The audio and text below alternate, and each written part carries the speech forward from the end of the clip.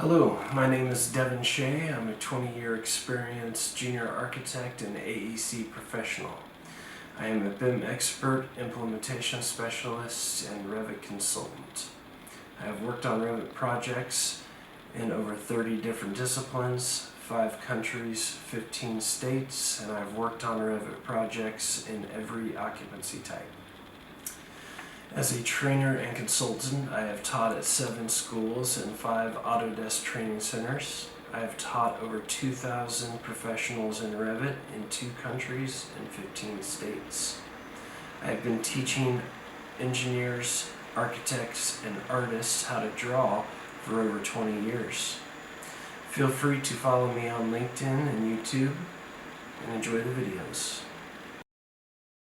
Today we're going to do a little lesson on how to create a simple custom family in Revit. So what we're going to do today is I'm going to build a little door that's going to go over this little area. So this is like a storm shelter entry / basement, but we're basically just going to build a little door that goes on here.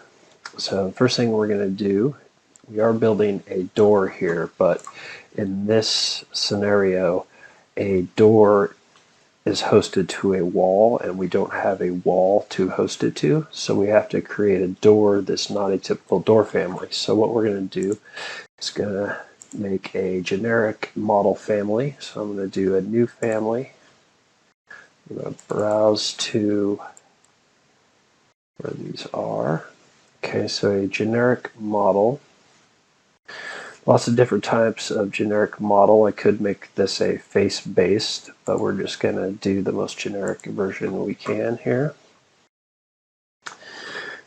All right, so when you open up this generic model template, you just have in your plan view here, you just have 2 reference planes that are pinned, and they're both center axes. Okay, so first thing we're going to do here is we're going to create some new reference planes. So in family mode, a reference plane acts as a datum point that will contain our geometry.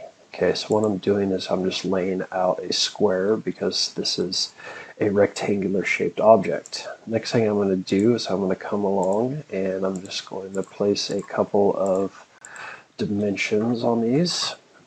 Okay, so in a family environment, the reference planes act as the rule here, and then the dimensions will take a label. So the label is the parameter that interacts with your family geometry. So I'm going to create a parameter here, just do a family, and I'm just going to call this width, which is the system parameter. So we can use a type or an instance. A type means that it will be a width in the type, so you cannot change it. So we're going to create one, and it has to be that width of which we make it, or we create a new type with a different size. An instance will allow you to give it a custom width in the same family. So there's our width. I'm going to do the same for our height here.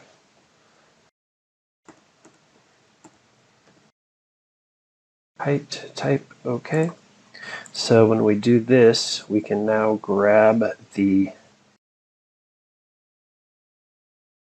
reference planes. You can see that the width is moving. If I select the reference plane and then go to width, I can just change the width like that. However, let's just go over here really quick and see what that does. So I'm going to go here to this height parameter and change that to 6. And you can see that, do that again. So you can see once I do that, they move. All right, then there's one more step here we're going to do. So we're going to put another dimension string like this, and then I'm going to turn on my EQ. And what the EQ dimension will do for us is when we go back to our reference planes, I'm just going to left tab that, it will expand evenly. So if we go back to our parameters and give this a width of 6, this will change, and 7 will change, and then they will change around the center axes there. So in a default sort of way, this will become your center axes. Okay, so now what we're going to do is attach some geometry to it. So I'm just going to go up here and use this simple extrusion here, and I'm going to go to a rectangle, and I'm just going to drag this rectangle onto the reference planes. Okay, so now once we did that, we can see that we have locks that are pulling up here. So what these locks will do for you is they will lock them or constrain them to the reference planes. So now if I come up here and grab the reference planes, the shape moves with it. If I just go in here and detach one of them and then try to move this, by default it kind of holds that value accordingly, but so you'll see where this piece is off because it is not constrained. So we're just going to go and slap that back on, constrain that. All right, so we've already completed most of this. So now I'm going to go over here to our front view. And now we can see that this is a 3D object. It also has a height. So I'm going to go back here and create a reference plane. So I'm going to do the same thing here. So when you're creating a family, what I always do is grab this reference level and hide it, because if you accidentally tag your dimension to the reference plane, it's going to behave in a sort of strange way. So I'm going to come back over here, create a new one, and we're going to just call this depth. Okay. And now I have to constrain the object to the reference plane. So I'm going to grab this reference plane and we're going to make this a nice 3 inches per se. I can grab the shape and I can also use the snaps. So I'm just going to pull this down until it snaps. I'm going to constrain it. And now we can just test that out, move it up and down, and see that it is constrained. Okay, so I can do the same thing to the bottom one as well. By default, since we created it on this plane, it pretty much is constrained, but if you just want to be a little thorough there and make sure. All right, now we're just going to go look at our 3D. So here it is. Now I'm just going to do a save as family. Here we go. I'm just going to call this trap door. Alrighty. So now what I'm going to do is load this into the project. So I'm going to throw this into the project. So go to my 3D view, and now I created this. So I haven't given this any properties, so it is labeled as a generic model. So what I'm going to do here is go up, not in my wall or door command, I'm going to go up here to component and say place a component. And here is my trapdoor. Okay, by default, this thing is going to want to attach to a face, and I'll give you a little explanation on that here in a second, or not, but I click that here. Okay, so now this thing here, if we try to rotate it, just go into a section really quick here.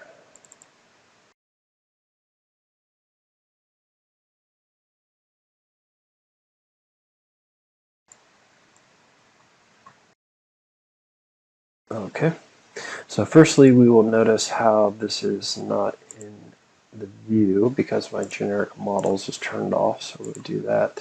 Now I'm going to rotate it. Okay, and it will tell us cannot rotate into this position. Okay, that's because we need to check a variable. So I'm going to go back to edit family here, and we will go up to our properties. we have this very important thing here. So if we turn it on work plane based, what that means is it can be attached to a work plane. This always vertical, what that means is that you cannot rotate it off of the x-axis in this direction. So you cannot rotate it if that is set to always vertical. So when creating generic models, you have to kind of know what you're doing, make sure you have that set in the right way here. So now I'm going to load it back, load it in here, overwrite, and then what I'm going to do is just give it a little rotation here. Okay, so it didn't like my, I'll turn off this work plane method. I could create a work plane and attach it in the model, but I'm just going to turn that off. This, and while we're in there, you can make a generic model and then you can categorize it as anything. So if I do want this to show up in a schedule as a door, I need to change it to a door. So I'm going to put that back in here, overwrite. Okay, now this guy should let us rotate it. All right, so it is fighting us. So what we're going to do is go back to 3D. We're going to grab this guy. We're going to pick a new host.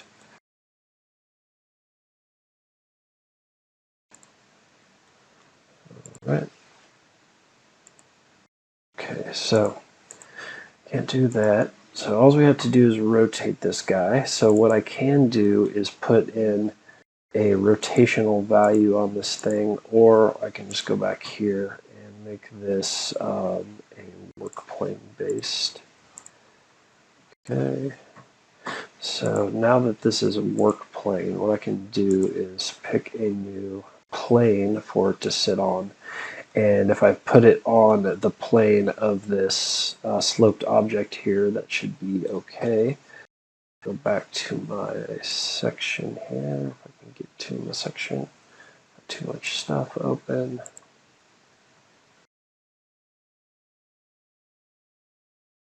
Got too many drawings open today.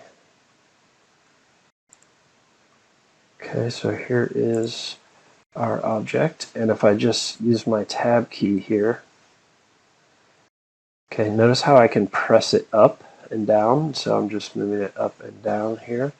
And we're going to go back to our 3D view, and we are going to go to our top view, and what we're going to do here is just use my tab. I'm just going to get this kind of centered really quick.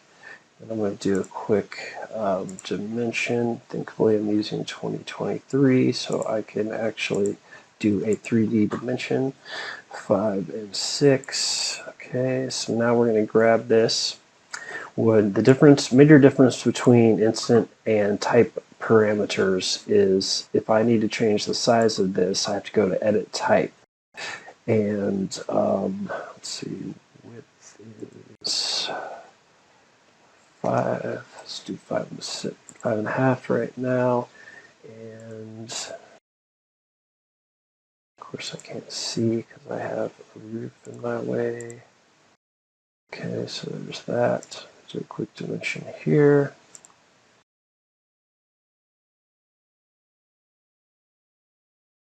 Okay, so now we're going to give this guy a correct height.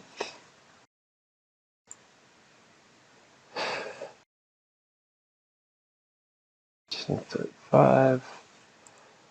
Okay. Now I'm just going to get this positioned correctly here.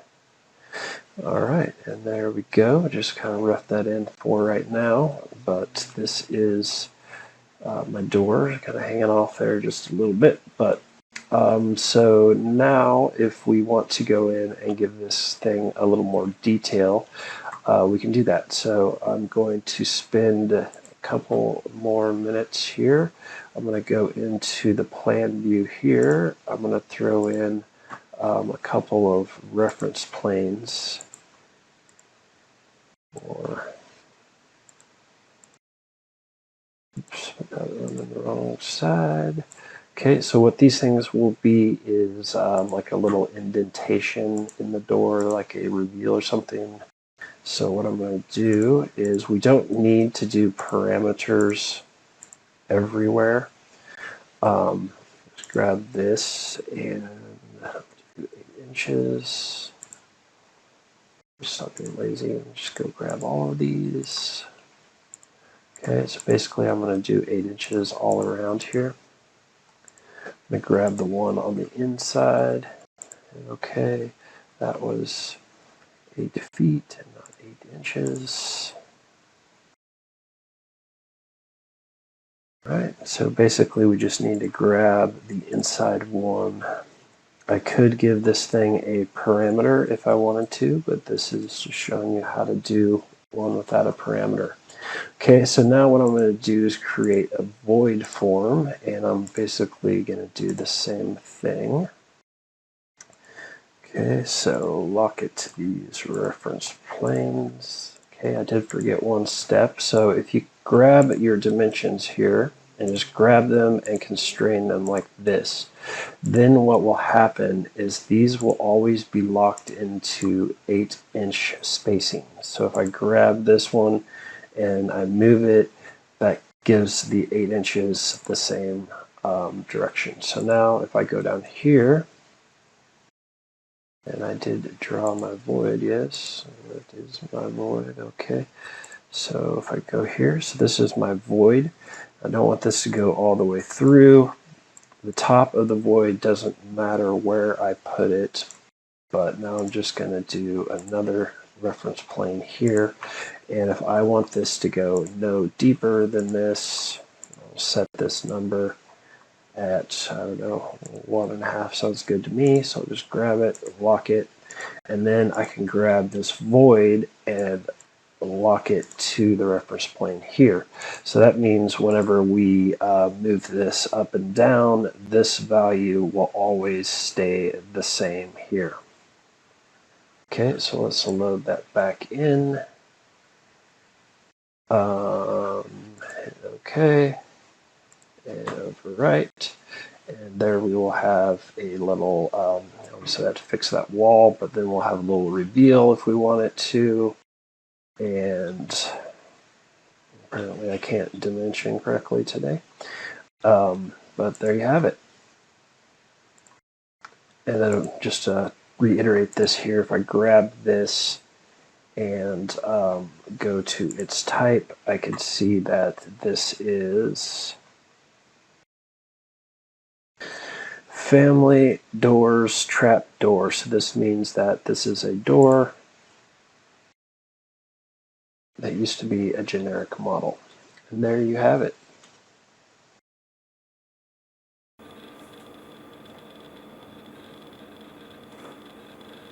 Thanks for stopping by. Be sure to subscribe and like and that notification thing and whatever YouTube stuff you guys do.